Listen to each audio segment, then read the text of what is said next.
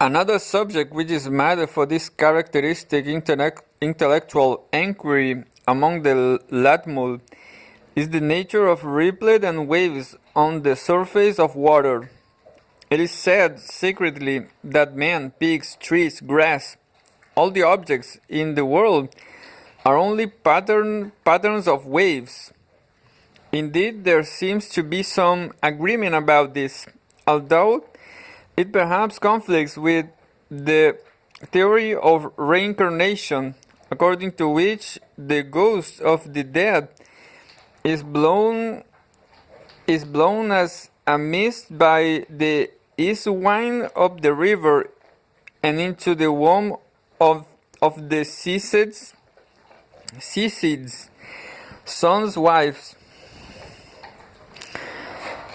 By that, as anyway, there is still the question of how ripples and waves are caused. The clan which claims the east winds are as a totem is clear enough about this. The wind with her mosquito fan causes the waves, but the other clans have personified the waves and said that they are a person, contumely independent of the wind. And other clans again have other theories. On the occasion, I took some Latmul natives down to the coast and found one of them sitting by himself gazing with rapt attention at the sea. It was a wilderness day, but a slow swell was breaking on the beach. Among the totemic ancestors of his clan, he counted a personified Slitgong who had floated down the river to the sea and who has believed to cause the waves. He was gazing at the waves which were having and breaking when no wind was blowing, demonstrating the truth of his clan myth. The second experiential challenge, in whose face the meaningfulness of a particular pattern of life threatens to dissolve into a chaos of thingless names and nameless things, the problem of suffering has been rather more investigated, or at least described, mainly because of the great amount of attention given in works on tribal religion to what are perhaps its two main loci, illness and mourning. Yet for all the fascinated interest in the emotional aura that surrounds these extreme situations, there has been, with a few exceptions, such as Lienhardt's recent discussion of Dinka divining, light conceptual advance over the sort of crude confidence type theory set forth by Malinowski. This, that religion helps one to endure situations of emotional stress by opening up escapes from such situations and such impasses as offer no empirical way out except by ritual and belief into the dominion of the supernatural. The inadequacy of this theology of optimism, and Nadal rather dryly called it, is of course radical. Over its career, religion has probably disturbed men as much as it has sheared them, forced them into a head-on, unblinking confrontation of the fact that they are born to trouble, as often as it has enabled them to avoid such confrontation by projecting them into sort of infantile fairy tale worlds where Malinowski again, hope cannot fail nor desire deceive. With the possible exception of Christian Science, there are few, if any, religious traditions, great or little, in which the proposition that life hurts is not strenuously affirmed, and in some it is virtually glorified. She was an old Bala woman of a family with a long genealogy. Lisa, the visiting one, stretched out his hand against the family. He slew her mother and father while she was yet a child, and in the course of years all connected with her perished. He said to herself, "Surely I shall keep those who sit on my things." But no, even they, the children of her children, were taken from her. Then came into her heart a desperate resolution to find God and to ask the meaning of it all. It's all. So she began to travel, going through country after country, always with the thought in her mind, "I shall come to where the earth ends, and there I shall find a road to God, and I shall ask Him, what have I done to thee that thou afflictest me in this manner?" She never found where the earth ends, but though disappointed, she did not give up her search. And as she passed through the different countries, they asked her, "What have you come for, old woman?"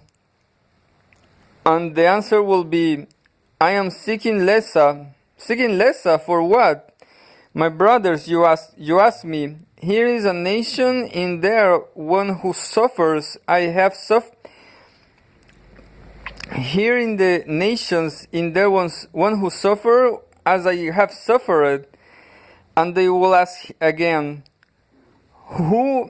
how have you suffered? And this way, and I am alone. As you see me, a solitary old woman. That is how I am. And they answered, "Yes, we see. That is how you are.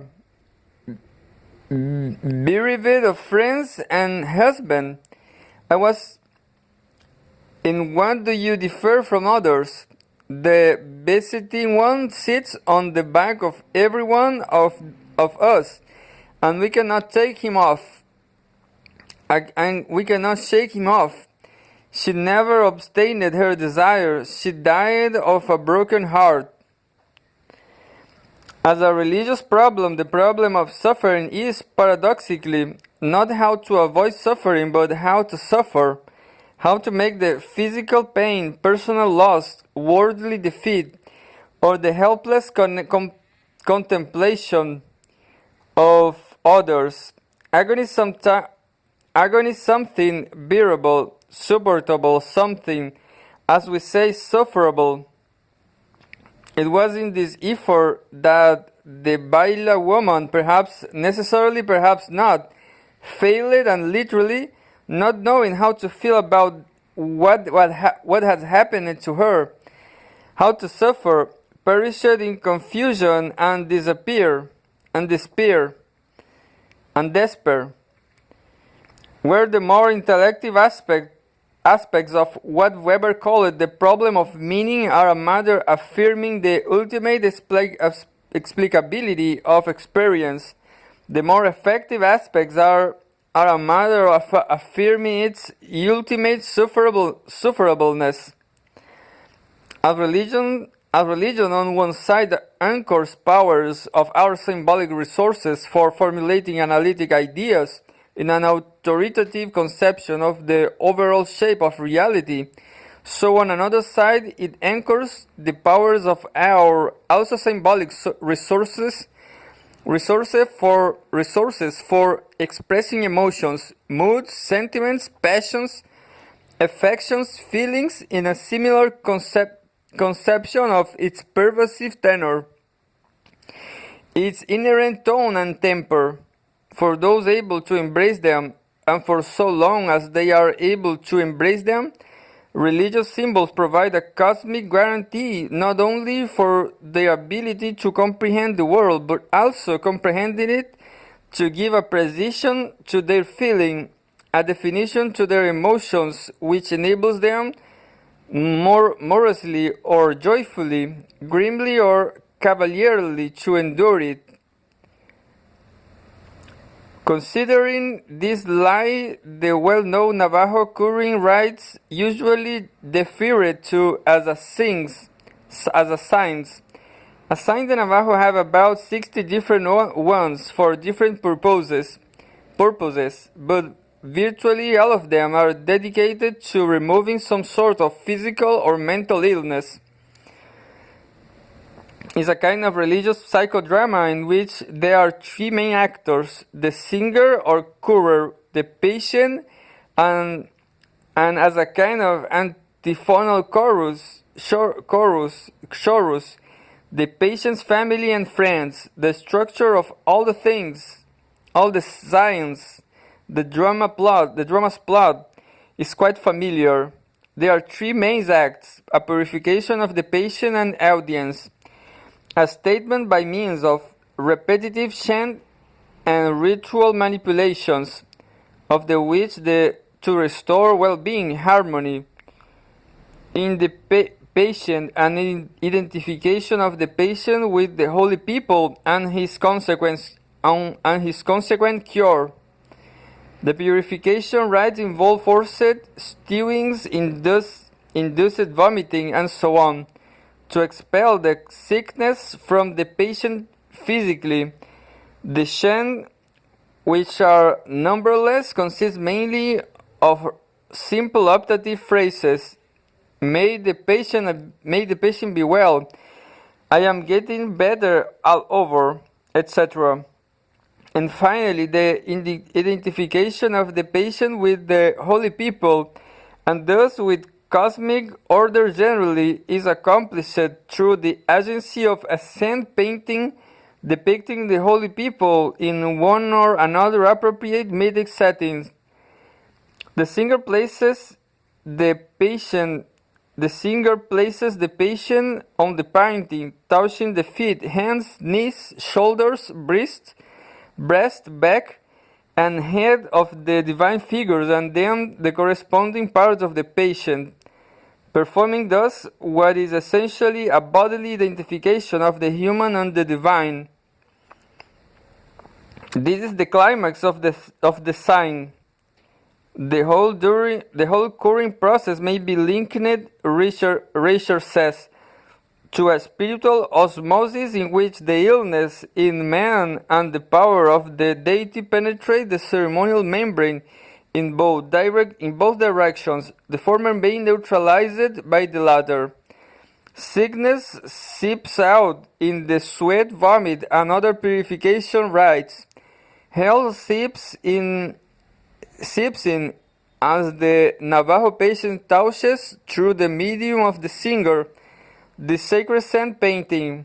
Clearly, the symbolism of the sign focuses upon the problem of human suffering and attempts to cope with it by placing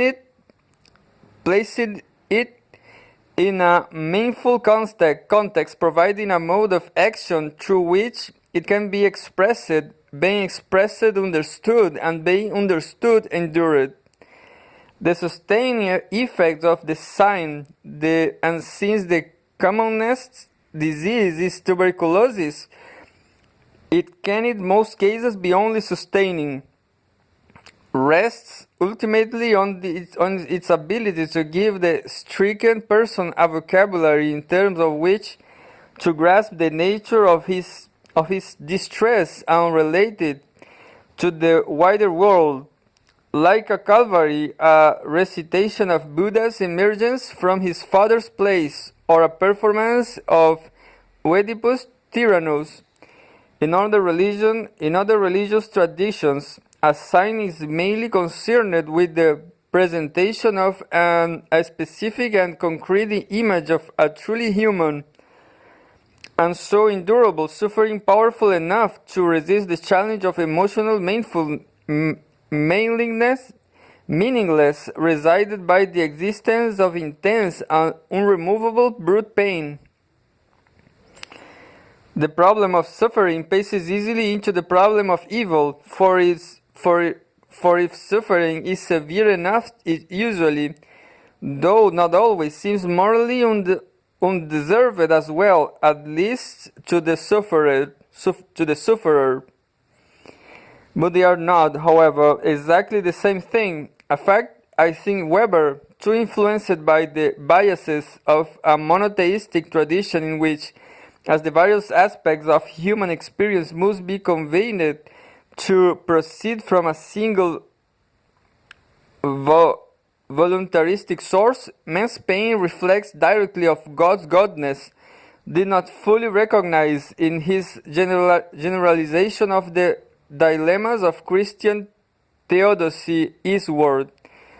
For there the problem of suffering is concerned with threats to our ability to put our indisciplined squads of emotions into some sort of soldierly order. The problem of evil is concerned with threats to our ability to make sound moral judgments.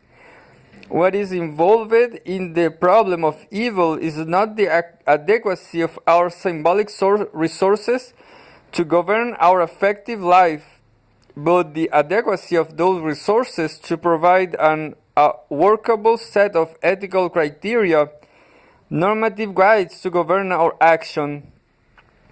The vexation here is the gap between things and they are and as they ought to be if our conception of right and wrong makes sense. The gap between that what we deem various individuals deserve and what we see that they get, a phenomenon summed upon in that profound quatrain. The rain falls on the just and on the unjust fellow, but mainly upon the just, because unjust has the just umbrella. Or if this seems too flippant an expression of an issue that is somewhat different from animates the book of Job and the Bhagavad Gita, the following classical Javanese poem, now sung and repeatedly quoted in Java by virtually everyone over the age of 6, puts the point the discrepancy between moral descriptions and material rewards, the seeming inconsistency of is and ought rather more elegantly. We have lived to see a time without order, in which everyone is confused in his mind. One cannot bear to join in the madness, but if he does not do so, he will not share in the spoils and will starve as a result. Yes, God, wrong is wrong. Happy are those who forget.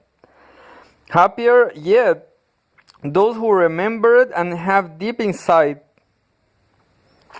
Nor is it necessary to be theologically self-conscious to be religiously sophisticated. The concern with intricable ethical paradox, the disquieting sense that one's moral insight is inadequate to one's moral experience, is as alive on the level of so-called primitive religion as it is on that of the so-called civilized. The set of notions about division in the world that Linhart describes for the Dinka is a useful case in point.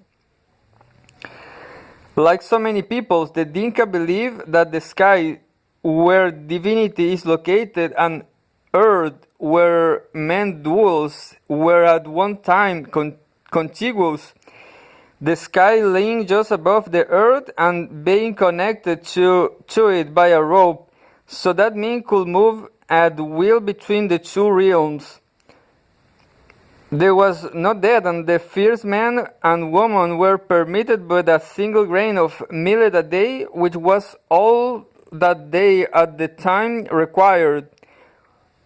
One day the woman, of course, decided out of greed to plant more than the permitted grain of millet, and in her avowed way was and the avowed haste and industry accidentally struck divinity with the handle of the hoe.